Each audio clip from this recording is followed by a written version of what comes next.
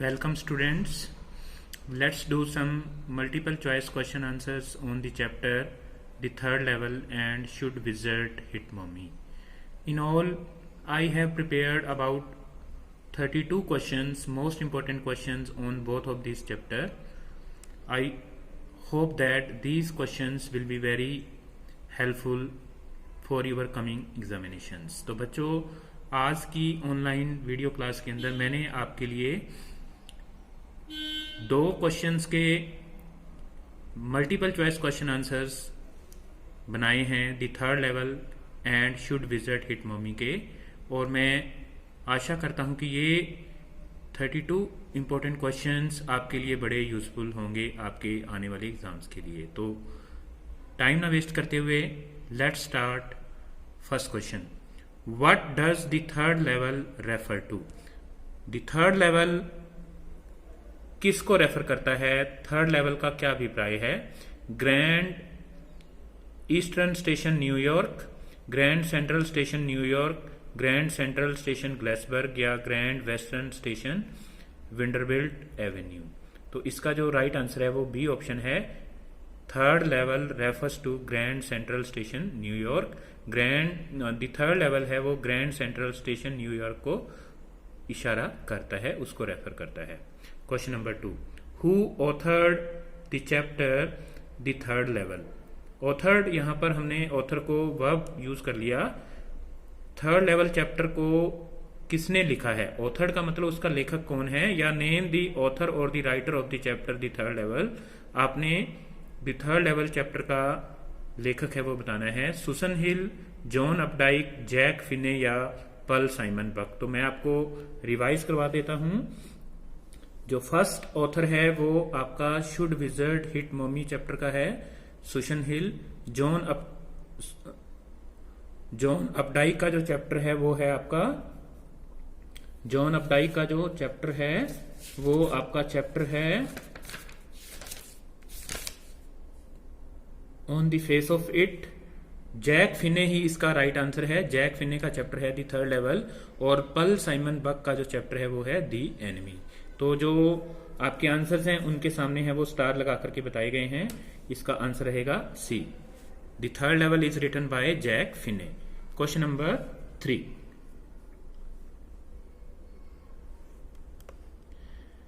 What happened when Charlie entered the grand central station New York? क्या होता है जब Charlie grand central station New York के थर्ड लेवल पर पहुंचता है? He finds a huge tree like station. उसको ट्री की तरह से स्टेशन है वो लगता है, बड़ा स्टेशन लगता है। न्यू स्टेयरकेसेस, कॉरिडोर्स और टनल्स, उसको सीढ़ियां दिखाई देती हैं, कॉरिडोर्स दिखाई देते हैं, टनल्स दिखाई देती हैं। Tree keeps spreading its roots throwing rooms and windows. और ट्री है वो ऐसे लगता है, वहां पर स्टेशन है वो ट्री की तरह से लगता है कि जैसे उसमें से आगे कई रूम और कई खिड़कियां निकल रही हों, या ऑल दी अबव। तो यहां पर हमारा आंसर है वो all the above, D option है वो करेक्ट होगा। Question number 4, what do you think the third level was why do you think the third level was an escape for Charlie? आप क्यों सोचते हो कि थर्ड लेवल है वो चार्ली के लिए एक प्रकार से एस्केपिज्म होता है, बचना, एक प्रकार से बचने का एक जरिया है, माध्यम है। Because it existed at the third story, क्योंकि ये तीसरी मंजिल के ऊपर था। Existed at the third story, ये थर्ड स्टोरी की स्पेलिंग यहां ठीक करनी पड़ेगी। थर्ड स्टोरी पर था ये, ओके। या फिर because Sam knew about it, Sam इसको जानता था। Because he shared it with Sam, क्योंकि चार्ली ने थर्ड लेवल को सैम के साथ है वो शेयर किया था, सैम को भी बताया था। या because it existed only in fantasy and in reality.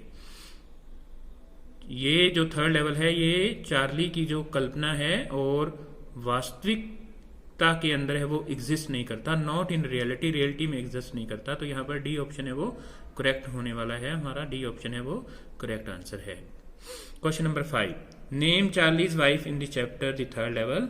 Third level chapter के अंदर चार्ली की वाइफ का नाम क्या है? क्लेयर है, एडला है, हाना है या लूजिया है? तो यहां पर डी ऑप्शन है वो करेक्ट है। Charlie's wife name is Lucia. Okay, आपको याद दिला दूं, क्लेयर है वो जैक की वाइफ है जो कि should visit hit mummy chapter के अंदर है। एडला है वो आयरन मास्टर की बेटी का नाम है, और हना है वो डॉक्टर सदाव की वाइफ है। Question number 6, what is the theme of the lesson the third level. The third level chapter का थीम है, सेंट्रल आइडिया है वो क्या है, the human tendency of escapism because of harsh reality of the present.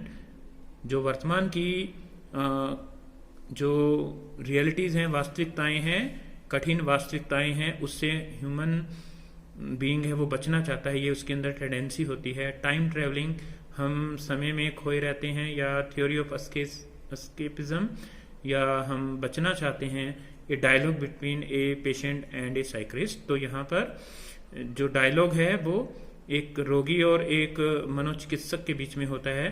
तो हमारा ए option है वो करेक्ट है। The theme of the lesson the third level is the human tendency of escapism because of harsh realities of the present. Question number 7, what did Charlie see when he had reached the third level of Grand Central Station and not the second level। जब Charlie है वो third level पर पहुंचता है grand central station के ऊपर, और वो सेकंड लेवल पर नहीं होता, तो उसको क्या दिखता है।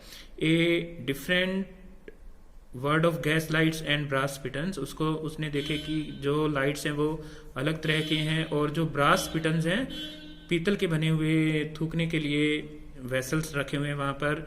बियर्ड्स, दाढ़ी वाले लोग हैं। साइड बन्स, उनकी कलमे हैं। एंड फैंसी मॉस्टिस, उनकी मूछें हैं वो बड़ी फैंसी हैं। इन द स्टाइल ऑफ 1894, 1894 के लोग हैं वो लग रहे हैं। Newspaper with a date June 11th 1894, और वहां पर उसने एक न्यूज़पेपर देखा जिसके ऊपर डेट है वो 11 जून 1894 की है। या ऑल ऑफ दीज, या सभी है वो आंसर सही है। तो यहाँ पर डी ऑप्शन है वो सही है।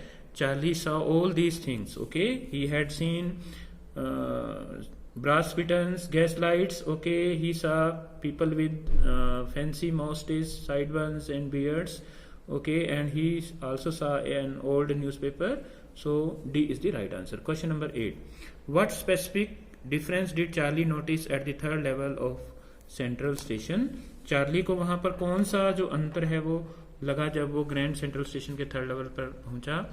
Everything was weird, everything was old style and smaller in size. सब कुछ है वो छोटा छोटा सा था, या पुरानी फैशन का था, या फिर क्या है, एवरीथिंग वॉज टू बिग, या सब कुछ बड़ा था, या एवरीथिंग वॉज शाइनिंग, या सब कुछ है वो चमकदार लग रहा था। तो when he reach the third level, everything was so small and old styled and okay very small in size. तो बी ऑप्शन है वो यहाँ पर करेक्ट है। Everything was old styled and smaller in size.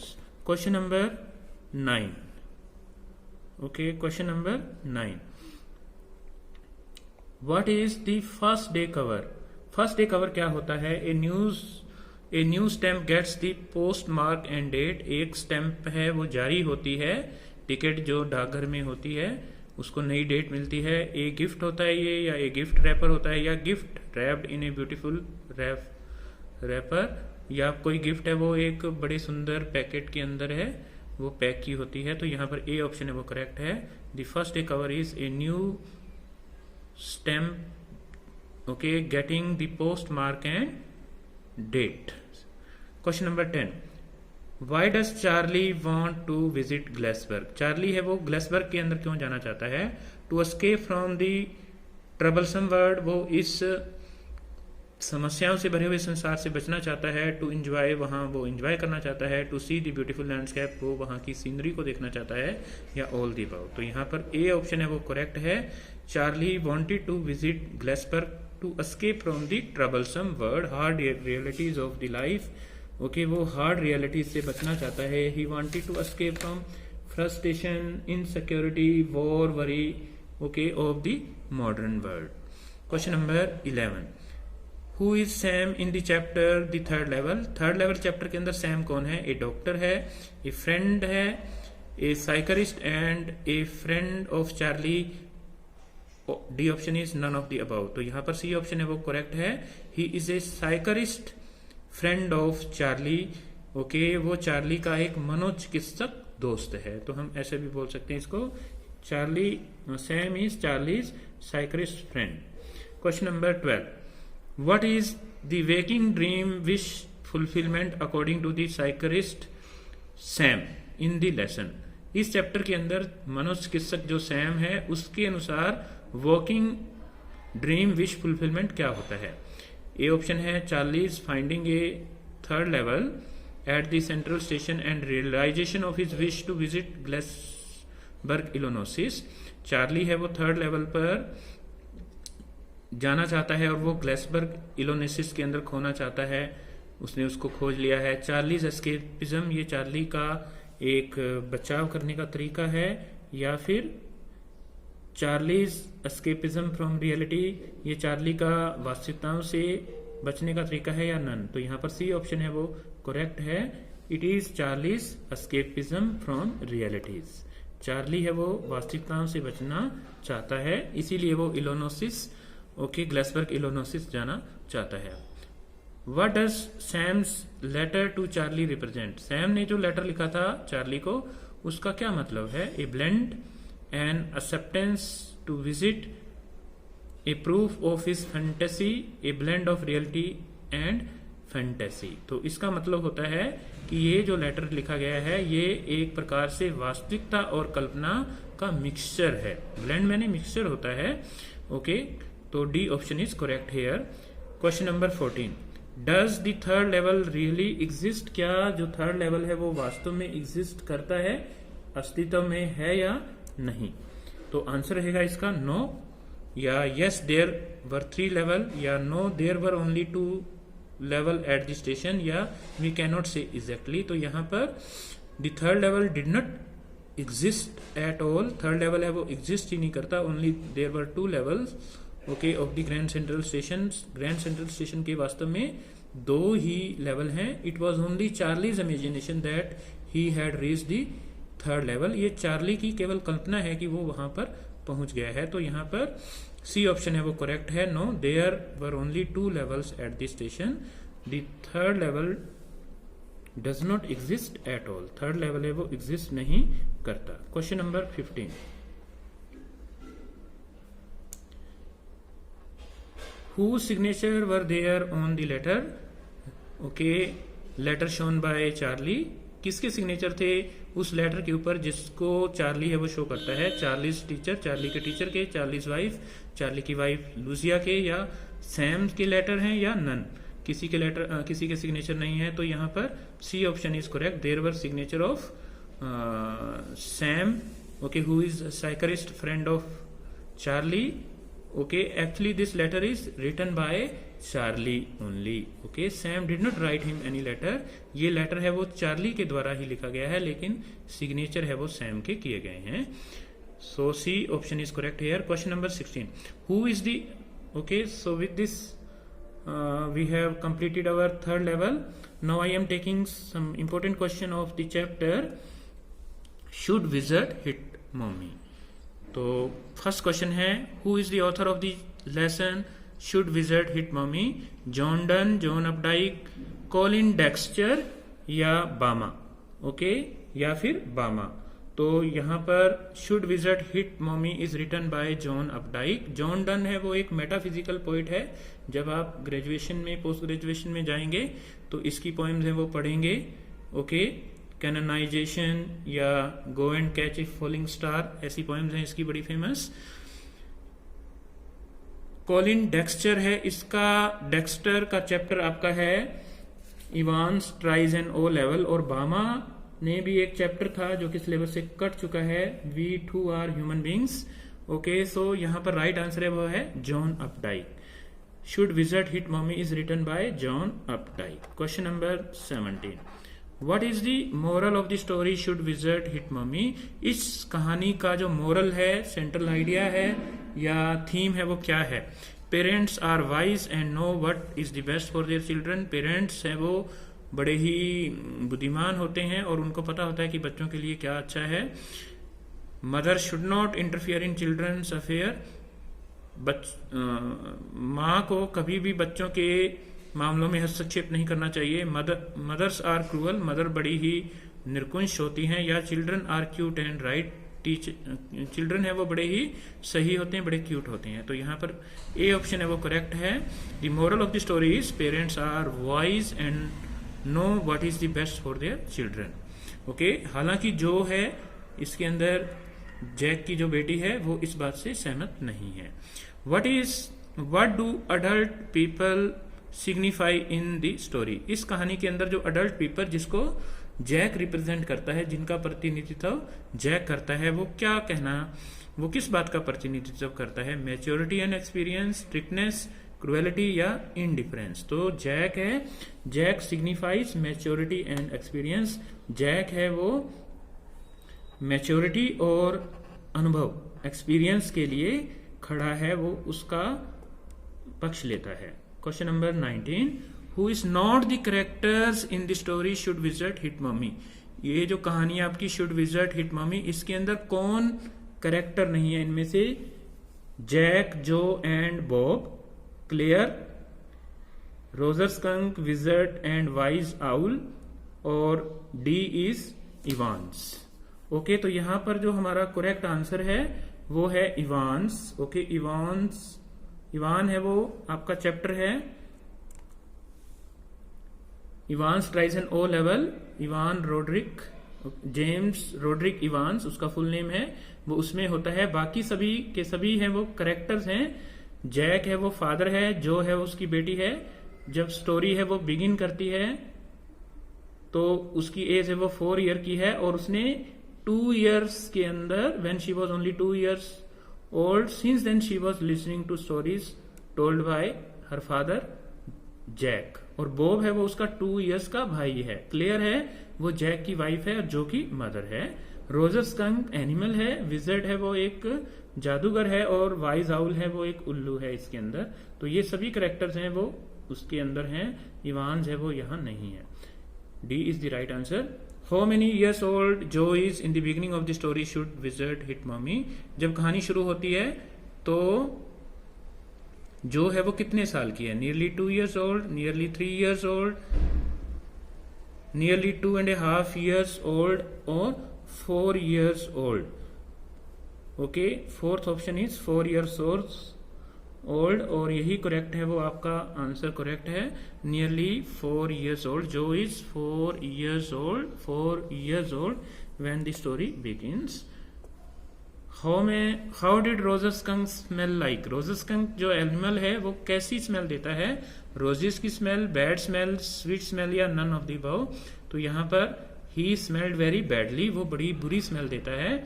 That is why all the animals okay don't want to play with him. इसीलिए सब animals Woodland के अंदर उससे खेलना नहीं चाहते। तो यहाँ पर जो हमारा बी ऑप्शन है वो करेक्ट था।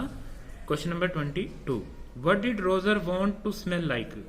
रोजर है वो किसकी स्मेल चाहता है? मैरीगोल्ड, गेंदे के फूल होते हैं उसकी smell. Natural, like all Rogers, वो अपनी नेचुरल स्मेल चाहता है जैसे कि सभी रोजर्स में से आती है। जैस्मिन, चमेली की स्मेल, या रोजिस की स्मेल, या वो रोजिस की स्मेल चाहता है। तो यहाँ पर डी ऑप्शन है वो करेक्ट है। Roger wanted to smell like roses. Okay, वो रोजर गुलाब की खुशबू अपने अंदर से चाहता है। Question number 23, why did Roger Skunk visit the owl. Roger Skunk है वो आउल के पास क्यों जाता है? टू बी हिज फ्रेंड, उसका दोस्त बनने के लिए। To make him a complaint, उसको कंप्लेंट करने के लिए। To learn the art of flying, वो उड़ना सीखना चाहता है उससे। या to seek his advice to solve his problem, या वो उससे सलाह लेने के लिए जाता है ताकि उसकी प्रॉब्लम है जो उसमें से बैड स्मेल आती है और जो जानवर उससे दूर भागते हैं वो उस प्रॉब्लम सॉल्व हो सके। तो यहाँ पर जो हमारा आंसर है वो डी ऑप्शन है वो करेक्ट है। यहाँ शायद मैं मार्क लगाना भूल गया। ओके, नेक्स्ट क्वेश्चन है हमारा question number 24, who lived in a little white house. एक सफेद घर के अंदर कौन रहता है इस स्टोरी के अंदर?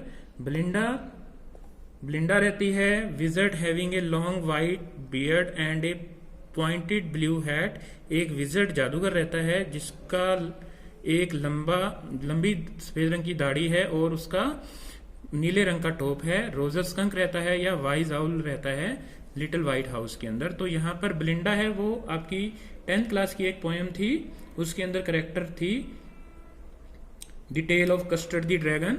ओके, तो आपको याद आ गया होगा। तो यहाँ पर बी ऑप्शन है वो करेक्ट है। In the little white house wizard lived. Okay, he had a long white beard and he wore a pointed blue hat. Roger Skunk है वो यहाँ नहीं रहता, ना ही वाइज आउल है वो रहता है। Question number 25, what advice did the wise owl give to Roger Skunk. जो उल्लू है, जो कि बड़ा वाइज बुद्धिमान है, उसने रोजर स्कंक को क्या सलाह दी। टू विजिट हिज फ्रेंड्स, कि वो अपने दोस्तों के पास जाए, वो उसके दोस्तों के पास जाए। To visit him some other day, वो वहां पर किसी दूसरे दिन आए। टू कंसल्ट हिज मदर, वो अपनी मदर के पास जाए। या to go to the visit, कि वो विजिट के पास जाए। तो the wise owl gave a suggestion to Roger Skunk to go to the wise owl. Okay, to go to the wizard, sorry, उसने उसको विजिट के पास जाने की सलाह है वो दी थी। तो डी ऑप्शन है वो करेक्ट है यहाँ पर। How many pennies did Roger have to pay. Roger को कितने पेनीज, कितने पैसे के सिक्के हैं वो उसको देने पड़े थे अपनी प्रॉब्लम के सोल्यूशन के बदले में। 7 pennies, 6 pennies, 8 pennies, 4 pennies. Okay, तो इसका आंसर है वो 7 पेनीज था। Okay, wizard demanded 7 pennies from him to change him into a animal having smell of roses, but Roger Skunk had only 3 pennies. Okay, Roger Skunk was having only 4 pennies. Roger Skunk के पास केवल 4 pennies ही थे। Okay, उसके पास 3 pennies कम थे। तो next question है वो हमारा इसी पर बेस्ड है।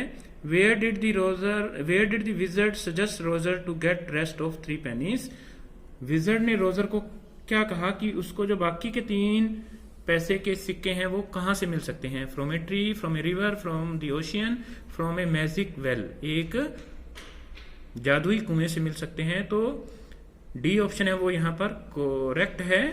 Okay, wizard suggested Roger to get the rest of 3 pennies from a magic well, एक जादुई कुएं से उसको सिक्के हैं वो मिल सकते हैं। Question number 28, how did Jo want the story of Roger Skunk to end. Jo कैसे चाहती थी कि रोजर स्कंक की कहानी है वो कैसे उसका अंत होना चाहिए। She wanted to punish Roger Skunk's mother, वो रोजर स्कंक की मदर को पनिश करवा करके ठीक राजी है। She wanted to hit her, वो उसको पिटवा करके राजी है। She wanted to kill her, वो चाहती थी कि उसको मार दिया जाए। या she wanted to beat her, वो चाहती है कि उसको पीटा जाए। तो यहाँ पर ए ऑप्शन है वो करेक्ट है। She wanted, Jo wanted that Roger Skunk's mother should be punished, वो चाहती है कि उसको सजा दी जाए। Question number 29, what did not, okay not capital में दिया हुआ है तो आपने ध्यान रखना है कि ये वाला ऑप्शन नहीं होना चाहिए। what did not happen when the wizard chanted in the wizard elderly irritable voice। क्या होता है, क्या नहीं होता, वो कौन सी चीज है वो नहीं होती जब विजर्ड ने अपने ये जादुई जो चिढ़ने वाली आवाज है वो निकाली। Abba cadabra hocus poe, Roger Skunk how do you do, Roger boses pull and near, Roger Skunk you never fear bingo. तो कौन सी चीज नहीं होती। The wizard house was full of the smell of roses, wizard का घर है वो रोजेस की स्मेल से भर जाता है। All woodland creature gather around him because he smelled so good and they played a lot together. सारे के सारे जो जंगली जानवर हैं उसके आसपास इकट्ठे हो जाते हैं और वो क्योंकि उसमें से बड़ी अच्छी स्मेल आने लगती है और वो सारे खेलते हैं। Roger Skunk's mother was also happy as her son got rid of his bad smell. Roger Skunk की मदर है वो खुश हो जाती है क्योंकि उसको उसकी बुरी स्मेल से मुक्ति मिल गई थी। Roger Skunk's mother was unhappy as her son started smelling bad. Roger Skunk की मदर है वो नाखुश हो जाती है क्योंकि उसमें से बुरी स्मेल आनी शुरू हो जाती है। तो यहां पर सी ऑप्शन है वो करेक्ट है। Roger Skunk was also happy as her son got rid of Roger Skunk's mother was also happy as her son got rid of his bad smell। Roger Skunk की माँ है वो खुश हो जाती है क्योंकि उसको उसकी बुरी स्मेल से मुक्ति मिल जाती है। तो यहाँ पर ये चीज है वो नहीं होती, बाकी सब चीजें होती हैं। Question number 30th, what did Roger Skunk mother finally decide. Roger Skunk की मदर है वो क्या अंत में डिसाइड करती है। To take him back to a full wizard and get his bad smell back. वो उसको विजर्ड के पास लेके जाती है ताकि उसकी स्मेल दोबारा से बुरी है वो हो जाए। To take him with his father, वो रोजर स्कंक को उसके पिता के पास लेके जाती है। To accept his new smell, वो उसकी नई स्मेल रोजीज की स्मेल को स्वीकार कर लेती है या नन, या इसमें से कुछ नहीं होता। तो यहाँ पर ए ऑप्शन है वो करेक्ट हो जाता है। Roger Skunk's mother finally decides to take him back to a full visit and get his bad smell back या again। Question number 31, why did skunk's mother want her son to smell badly again। Roger Skunk की mother है वो क्यों चाहती है कि उसमें से बुरी स्मेल है वो दोबारा से आ जाए। शी इज एन अडल्ट, क्योंकि वो एक अडल्ट है। She had a mature thinking, उसकी सोच है वो बड़ी ही मैच्योर है। She wanted her son to be accepted as he was, वो चाहती है कि उसके बेटे को जैसा वो है सभी लोग स्वीकार कर लें, या ऑल दी अबव। तो यहाँ पर डी ऑप्शन है वो करेक्ट है, because she was an adult, okay, she had a very mature thinking and she wanted that all woodland creature should accept her son as he has naturally, okay. वो चाहती है कि सारे के सारे वुडलैंड क्रिएचर हैं वो उसके बेटे को जैसा वो है वैसा ही स्वीकार कर लें, और ऐसा ही अंत में हो जाता है। Question number 32, what kind of end Jo wanted for Roger Skunk story. Roger Skunk की कहानी का अंत है वो जो कैसे चाहती है। पैथेटिक एंड चाहती है कि उसका एक दुख अंत निकले, सैड एंड उदासी का ओके अंत होता है होना चाहिए, या a happy ending with the wizard hitting the Roger Skunk mother and refuse to change Roger Skunk into a bad smelling animal again. वो चाहती है कि रोजर स्कंक है वो चाहती है कि विजर्ड है वो रोजर स्कंक की मदर को पीटे, हिट करे, और रोजर स्कंक को दोबारा से एक बुरे स्मेल वाले एनिमल के अंदर चेंज करने से इनकार कर दे, या ऑल दी अबव। तो यहाँ पर सी ऑप्शन है वो हमारा बिल्कुल करेक्ट है, okay. She wanted a happy ending to the wizard to the Roger Skunk story with wizard hitting the Roger Skunk mother and he should finally refuse to change Roger Skunk into a bad smelling animal again। तो student, these are some of the important question based on the chapter, two chapters, the third level and should wizard hit mommy, okay। I have taken most of the important question and I do hope that these questions will be very useful, okay, very useful for the preparation of coming examinations। Thank you very much for listening me and have a nice day।